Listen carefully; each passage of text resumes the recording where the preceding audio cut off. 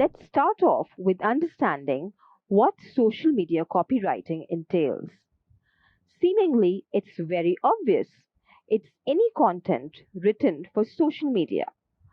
But if we go deeper, social media copywriting is generating ideas and crafting messages or content that attracts the target audience to the brand or company.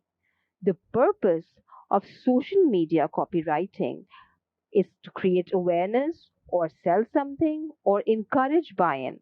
Essentially, persuade the target audience about something.